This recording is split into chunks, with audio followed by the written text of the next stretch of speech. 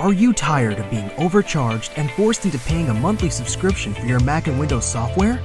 Well, if you are, currently we're having a 50% off discount on all the latest Mac and Windows software, such as AutoCAD, SolidWorks, Photoshop, Microsoft Office, and much more. Our 50% off discount will be ending soon. So be sure to text Ready to Buy, that's Ready to Buy, to the number on the screen. Starting pricing for low-end software, $100. And starting pricing for high-end software, $500. We aim to please, so expect 24/7 technical support, the latest premium software, instant software links delivered to your email, and PayPal's buyer's protection guarantee. How did Master Ace go from lyricist extraordinaire, hip-hop legend to someone who wrote a musical? Playwrite, right? Yeah, Well, how does that even happen? Andrew Lloyd Webber style. so I've always had stories, ideas in my head that I wanted to do. Either I didn't know if it was a screenplay, I didn't know if it was a TV show, but I knew I wanted to expand my writing in other ways. Theater was not in the forefront. It was either screenplay or something, a scripted television show. I had been writing, like loosely writing a few different things. But it had always been, oh, I'm hype on this idea. I start writing for like 2 months, and then I get a tour and I don't touch it for 7 months, a year. And that was my pattern. Like, I get this idea, I'm gonna write something. I start writing it, it's coming out good. Then I get sidetracked with life and work and touring, and then I leave it alone. It's just sitting on my laptop, like waiting for something to happen to it. So what happened was, one of the guys that I toured with, his name is Power Malu, Baby Power. People from the Lower East Side know him as Baby Power. He's been in all the hip hop videos, the Big Afro. You've definitely seen. He's probably been in one of your videos. He probably been in a Brand New Being video. But anyway, Power, he was telling me about this theater company, because Power was doing this one-man show. That's how it really started. He was doing this one-man show. It was called Kings of Queens, Kings of, what was it called? I'm messing up the name. County of Kings. That's what it was called. And wait, and who's doing this one-man show? Power, Baby Power. Power Malu. Yeah, Power. Yeah, you know Spanish Power. Yeah. I know. So Power has this acting ability that I knew nothing about. Apparently, he had been taking acting classes and all this. And so he told me about this one-man show. And while we were on the road, I would see him rehearsing either in his hotel room or, in some cases, like in the. I remember one time running into him in the stairwell of the hotel, like going down to the lobby. I was going down to the lobby. He's in the stairwell, just talking to himself. I'm like, "What are you doing?" I'm working on this one-man show thing, and I'm like, "What?" He's like, "Yeah, I just got to take time every day and just memorize the rhyme, the words or whatever." So I saw him doing that. So eventually, I saw him actually do the show, County of Kings. I was blown away. I was like, "Yo, this guy, you would never know." In that one-man play, he does like 7 characters, different voices. Like he changes his voice, the cadence, different characters, just amazing. So after seeing that, I was like, "Yo, that's crazy what you did right there." I said, "I've been thinking about like trying to just like work." I told him about some of the stuff I was working on. He's like, "Yo, you should try to adapt one of your things to theater." I was like, "Theater? I don't know." So he told me about this party that they were having, this party to launch this new theater company, this new hip hop theater company called Rhymes Over Beats. And I went with him to the party. And at that party, the guy who discovered the theater company, his name is Patrick Blake. He got on the mic and said, "We're looking for artists that want to take ideas and bring them to stage for theater." Mano was there, Fred the Godson, rest in peace, was there, Lil C's was there. There was a few artists there, and from what I had heard, that at that time they were kind of like loosely talking to Mano about doing something. But I was like, "Wow, okay, I like this. Let me start something." So I took one of my one of the ideas that I had been working on for a screenplay, and I started adapting it to a theater format. And I worked on it for about a year, and they knew I was working on it, and they asked me how I was going. I was like, I'm maybe like 3 scenes in after a year. He's like, you know what you need? You need someone called a dramaturge. I was like, what's that? It's just somebody who you meet with every week, and you go over the new scene, and you talk, and you work through the whole thing. So he put me on. He put this dramaturge. Her name is Kate Camerata. He put me in touch with her, and she became the person that I would meet with once a week, over the phone or over Zoom. It ended up being Zoom later, but we were originally first we were meeting in person. Then the pandemic hit. Then we were meeting over the phone and Zoom. And once I had somebody that was going to hold me accountable to get something written for the next week, that's when the process started to really go. Because I knew, 7 days from now I'm gonna have to read something new. I'm gonna have to show her something new that I wrote, and I can't be like, oh, I ain't writing nothing this last week. So that helped me. That kept me accountable. And 5 years into the process, we got to the point last year where we did a couple of Zoom reads where we had hired people to come on the Zoom and read through the whole entire script, playing different roles. And Patrick Blake said, okay, after that last read, he was like, yo, it's time to take it to the stage. This was the end of 2022. And I was like, really? Because in me, I'm like, you sure? He's like, yeah. It's time to do a real read, which is like in person in front of an audience. And so he actually put up a significant amount of money to hire a casting agent to rent out the theater row on 42nd Street so that we could do rehearsals. So we More money it. than you gave Digga to get that fancy car. Significantly more.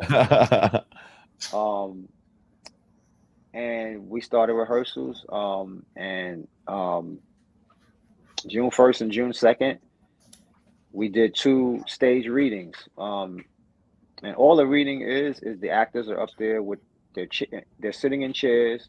They have the scripts in front of them, the books with the script, and there's stands. You put when you rhyme, and you might put your rap pages on the stand. And so normally in a reading, when the actor is quote unquote on stage, they stand up with their book, they walk over to a stand, they put the stand down, and they read their parts. And but this our director, his name is Todd Underwood. He decided to make it like much more interactive, much more movement, and it ended up being just way doper than the average reading. It's more than just people standing up reading and sitting back down. It was all of this movement, and the songs. Mostly all the songs are rap songs, and the actors did an excellent job of delivering these lyrics, delivering the right feeling for the songs. It's a lot of writing that went into it over five plus years now. Getting all the songs right, getting all the music right, and it's still a work in progress. But we had a very successful 2 days of reads. We invited a bunch of potential investors. We invited a bunch of Hollywood producers to see it for the first time. Not Hollywood, Broadway producers to see it. And the feedback overall, the feedback was very well received by the industry as well as the theater community. Very, very positive feedback from everybody. So what is the play about? And it's called Falling. Yes, you said it's called the falling season. A falling season. It's actually the title comes from one of my albums. The album I dropped in 2016 was produced by Kick Beats from LA. He produced that entire album, and he actually produced half the music in this musical. It's about a young man who's entering his senior year in high school in 1988. The whole thing takes place in 88. He's going into his senior year in high school. He's trying to be the first in his family to go to college, and he finds out that he's gotten a girl pregnant, and it's who the girl is that makes his life a little bit more complicated. I don't want to give away too much of the story because it's a lot more fun when you see it live. But Rod Digga was one of the few people who were in the audience and got to see that read, and just experience the entire story from beginning to end. And voice the reference for her. Absolutely, yeah. One of the characters, which is the girl that he got pregnant, has two rap songs, and Rod Digga was gracious enough to lend her voice to that character and reference those two songs, because I did it in my voice, but I really thought it would be much more effective if this female artist could hear a female voice in the song than my voice. So I referenced everything, but I was like, nah, we need a female, a woman to do it. So Ra was gracious enough to lay the new reference for the actor, so she could hear it, learn the song, and then lay it down in the reading. So tell us about it, Digga. How did you enjoy the musical and participating in it, and just tell us about your experience with it? Well, I loved it. I was impressed that the reading was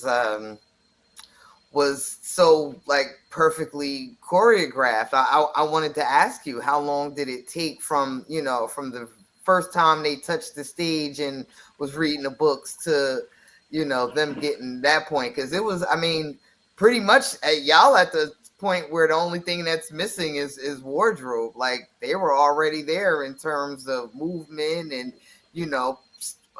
positioning and stuff. So I was very impressed. I thought, when you hear reading, you thinking, yeah, everybody's just going to be sitting around bouncing off of each other with open books. But no, there was movement, there was choreography, there was it was definitely a reading on steroids. It was 10 days. Nice. 10 days. 10 days. Listen, I'm gonna tell you, I'm sitting there because I'm at every rehearsal, and I'm sitting there in my own head. I'm in my own head, like, how the hell is he gonna pull all this together in 10 days? Like, it's not possible. I would be losing my mind. He pulled it together. He would pull different people in for different scenes. The direction, the choreography, everything. Like, it was amazing what he did in that amount of time. So I can only imagine with a full set, with wardrobe, with everybody dressed like it's 1988, right? With the background and everything, how crazy it's going to be. But yeah, he pulled that together in 10 days. Wow, that's dope.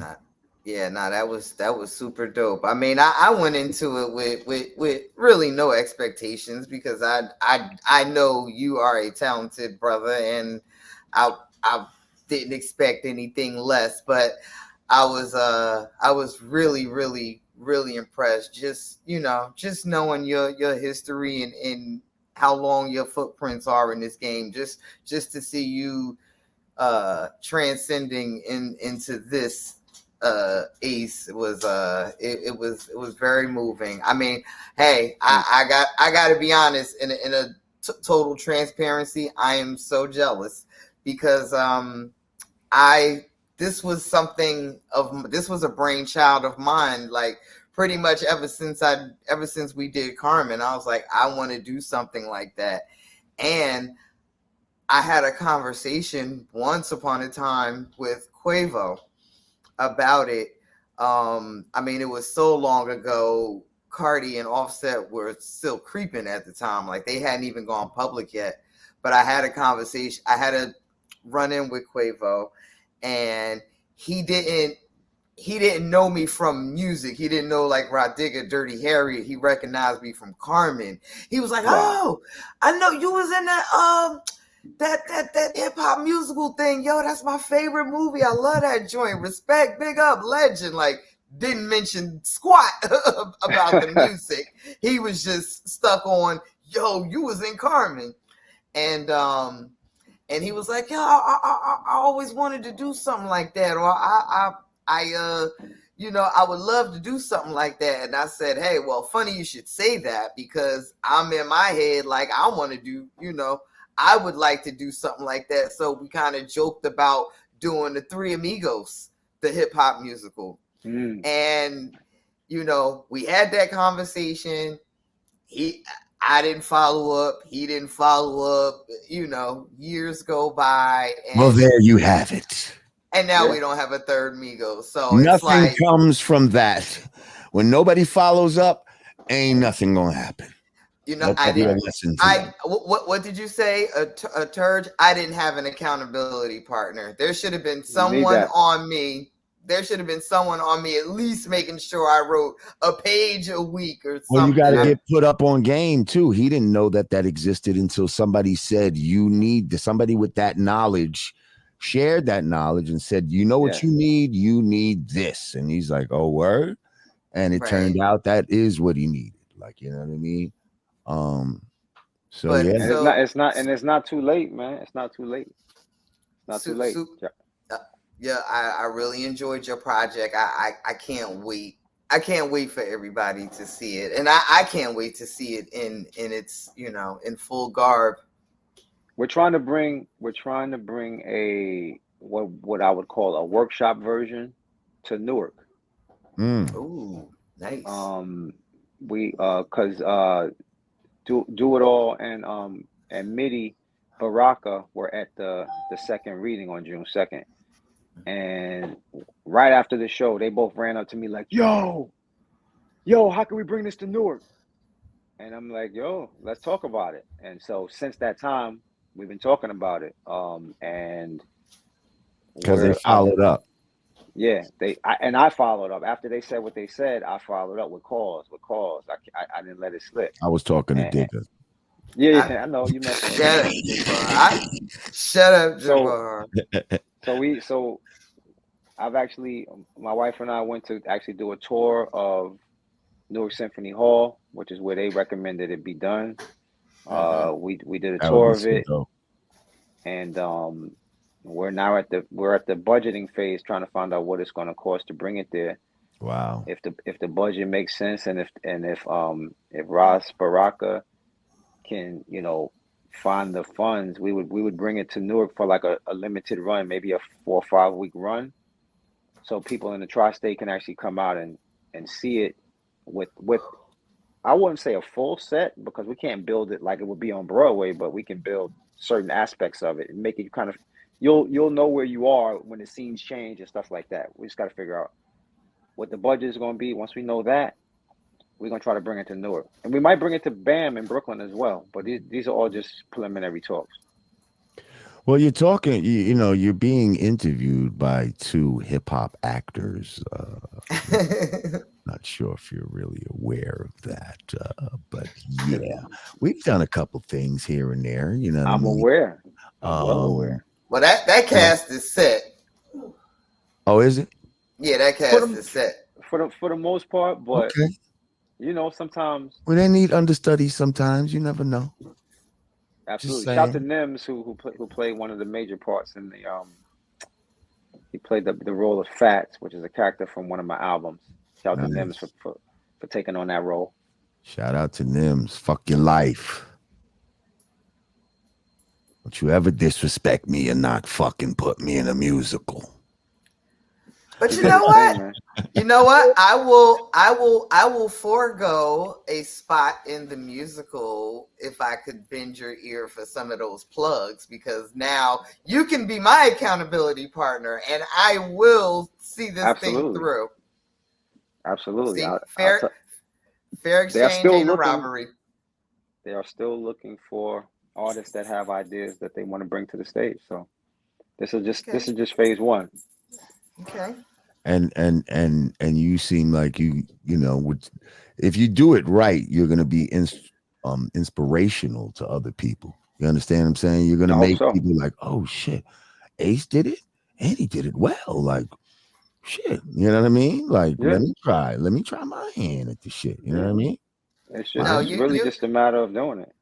You know, you absolutely are inspirational, because I did what was the thing with Manuel Lynn, the Hamilton. Yeah. So I saw Hamilton, and I was inspired. Like, damn, they doing some hip hop shit. Like, I need to be doing some shit like that. But watching you do it so much closer to home, it's like, no, okay, this can seriously get done. Yeah. I mean, Hamilton, as dope as it was with the way they were rhyming and everything, super intricate rhymes and all of that. Word. The story didn't really resonate with me because of the time period. Like, I wasn't, we were slaves at that time. So it's like glamorizing the colonizers and the slave masters. But they were bussing. They were bussing. No doubt. I was impressed with the rhymes. I was impressed with the rhyming. But now, most of those actors aren't rappers by trade, which was even more impressive because that was the first question I asked. I was like, are these people, do they rap in real life? And they were like, nah, they just act. Because they was spitting, yeah. I'm like, word? I'm like, who wrote this? Yeah, I think he wrote all of the rhymes. And I'm like, this ain't simple ABC raps going on right now. Nah, it's like ramen. Yeah. So is there anything that we, the people, can do to help this come to fruition as far as,